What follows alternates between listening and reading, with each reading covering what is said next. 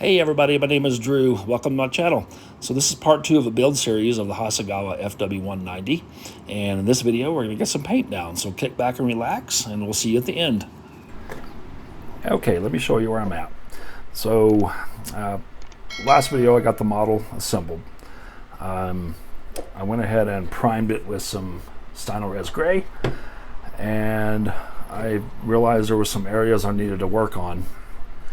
And so I've added a little bit of putty. I've already sanded this part. I noticed a couple more spots that I needed to fix. So I'm going to wait till those dry, sand them off.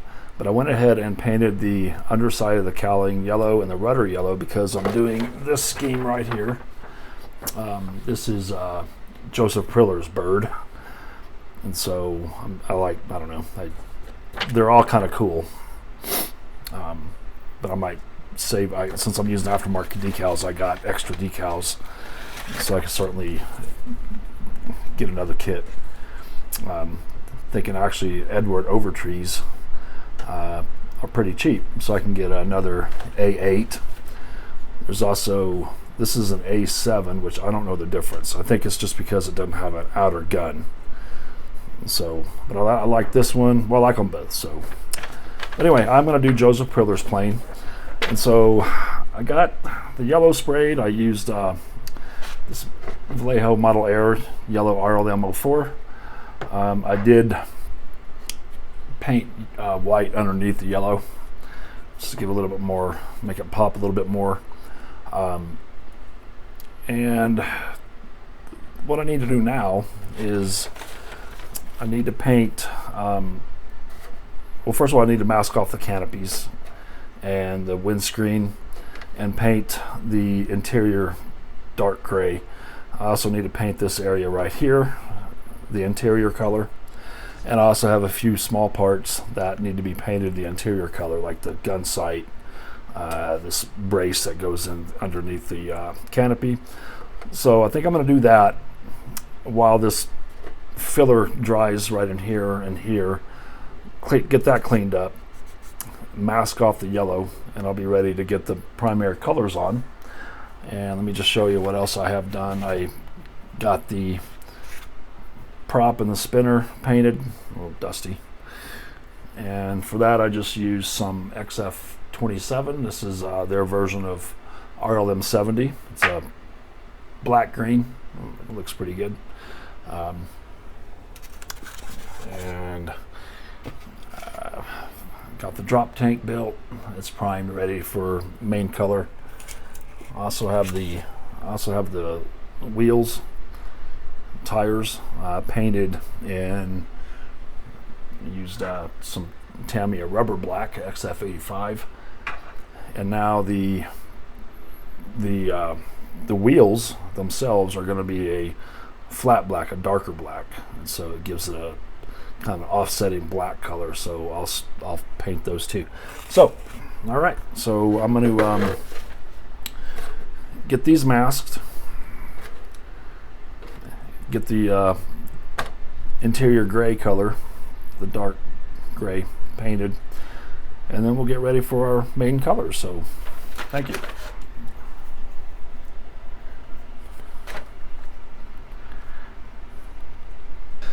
Okay, I'm ready for the main color. I masked off the yellow part. I had to clean up some more stuff, more spots I didn't like. And then what I like to do before I start painting is give it a nice wet sand with some 1,000 or 2,000 grit sandpaper, and literally just not even hardly any pressure. And you can really tell the difference. So try it.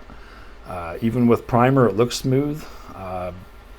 You just rub your hands along it when you got primer down, and then do a little wet sanding.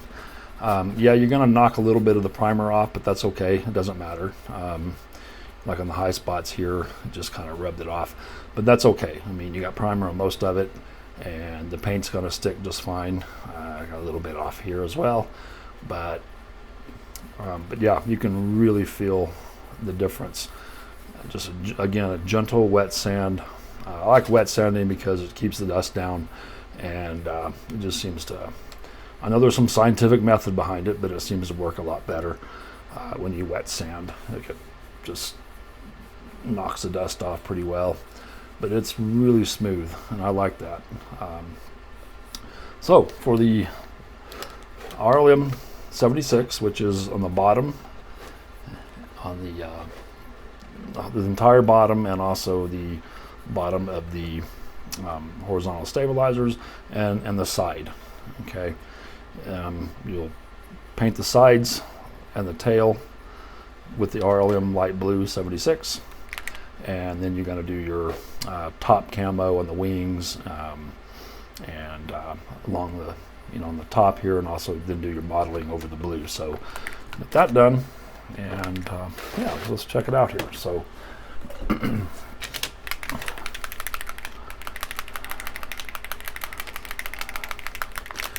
nice shake here.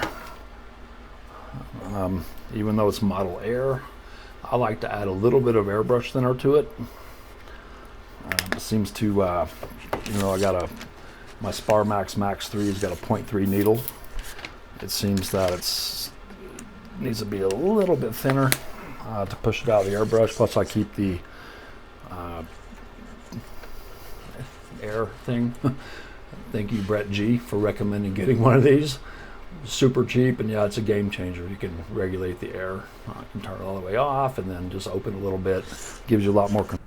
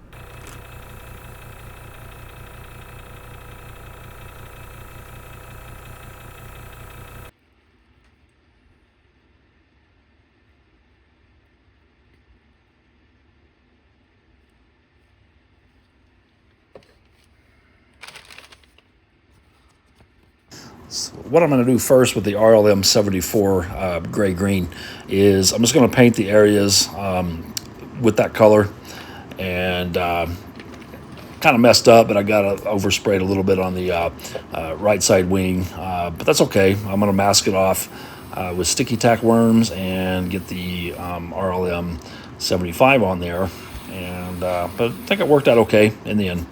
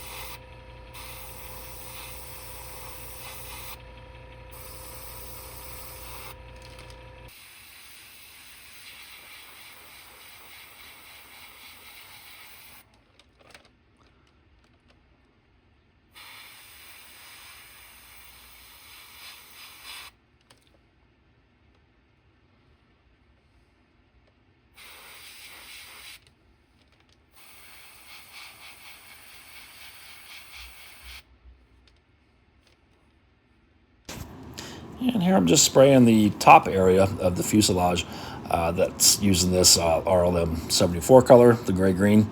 And there's also a little bit of mottling on the side where this green is, so I'm going to take care of that right now.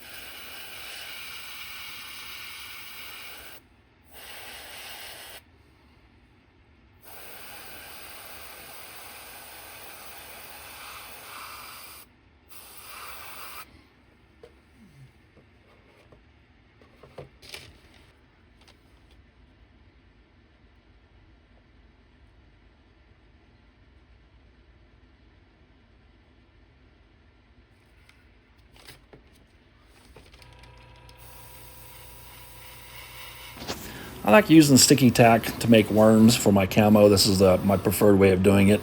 And looking at pictures of the FW-190, it's not necessarily a hard edge, but it's not necessarily a soft feathered edge. So I think this is a good in-between where you get a nice demarcation, but you can also shape it a little bit where it looks, like it was probably painted in the field with some little, squiggles here and there. But I like doing it this way, and I think it worked out. It works out well for me, but if you have a different way you like to do, then by all means keep doing it.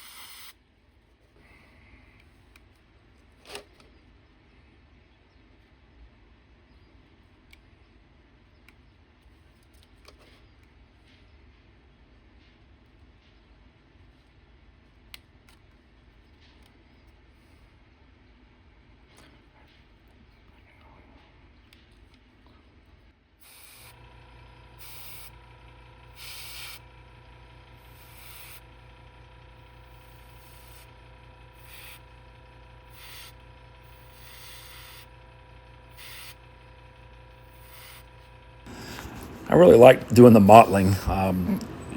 If you're new to the airbrushing or you haven't really done something like this, just practice. Keep the pressure low.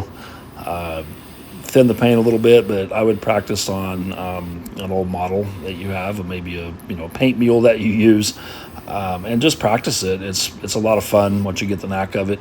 It helps too to have an air regulator on your airbrush, where you can control the flow of air. Even though you got to have some pressure pushing it out, but with the air control valve, works. It helps make the process a lot easier.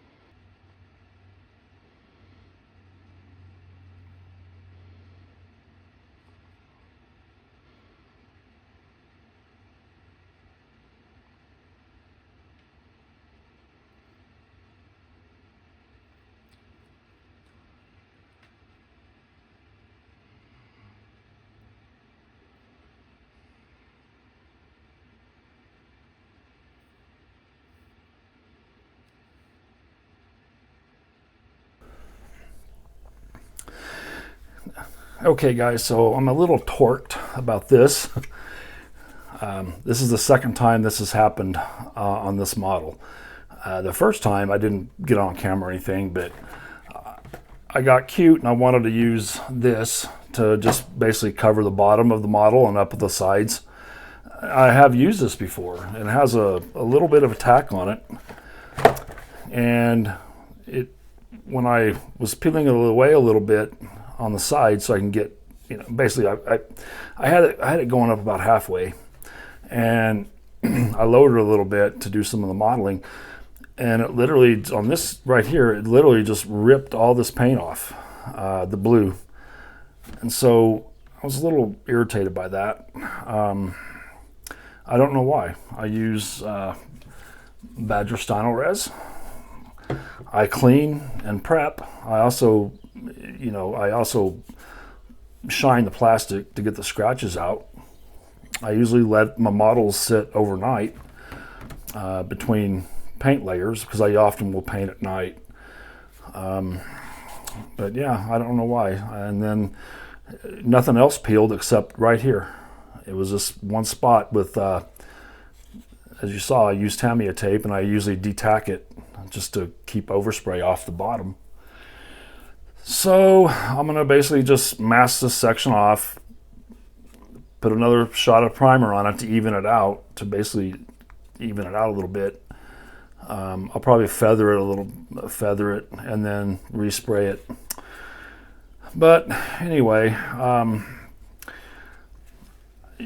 for whatever reason, the demarcations are kind of shiny when I use my worms, and so I think with all the gloss and then the flat coat and stuff, that'll work out. It's kind of hard to tell the demarcation between the gray violet and dark gray. Now, these paints are fairly old. I've had them for about 5 years, and since then Vallejo has improved their formula. They come in new bottles, and so I think they're still okay, but I don't know. But otherwise, I think it's okay. For a Hasegawa kit, I've had a little bit more issues than I would normally think, but yeah, I got to do a little touch up around here and here to make this side look like this side, so, or vice versa. So I can do that with the brush, and then with the weathering and washes and stuff like that, it'll take care of that. So in the meantime, I'm going to take care of this and then move on to getting a gloss coat put on and the decals, and hopefully the next video will be done. So thank you for tuning in. Again, if you haven't subscribed, I do appreciate it if you do. Give me a thumbs up, and any comments below, I would appreciate it, why you think this might happen. I've never had this happen before. I've been using Stynylrez primer and Vallejo primer. I think they're both fine if you let them sit for a while.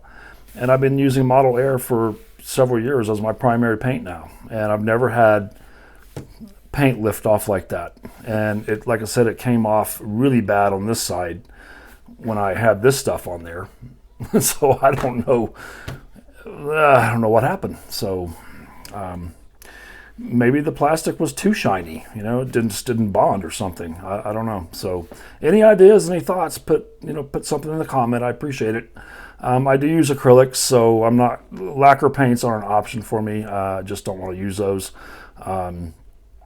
They smell and they're not healthy, so you got to have an extraction vent and a mask and all that stuff. So stick with acrylics, and otherwise I think it's looking okay. But let me know what you think in the comments, and we'll finish this up.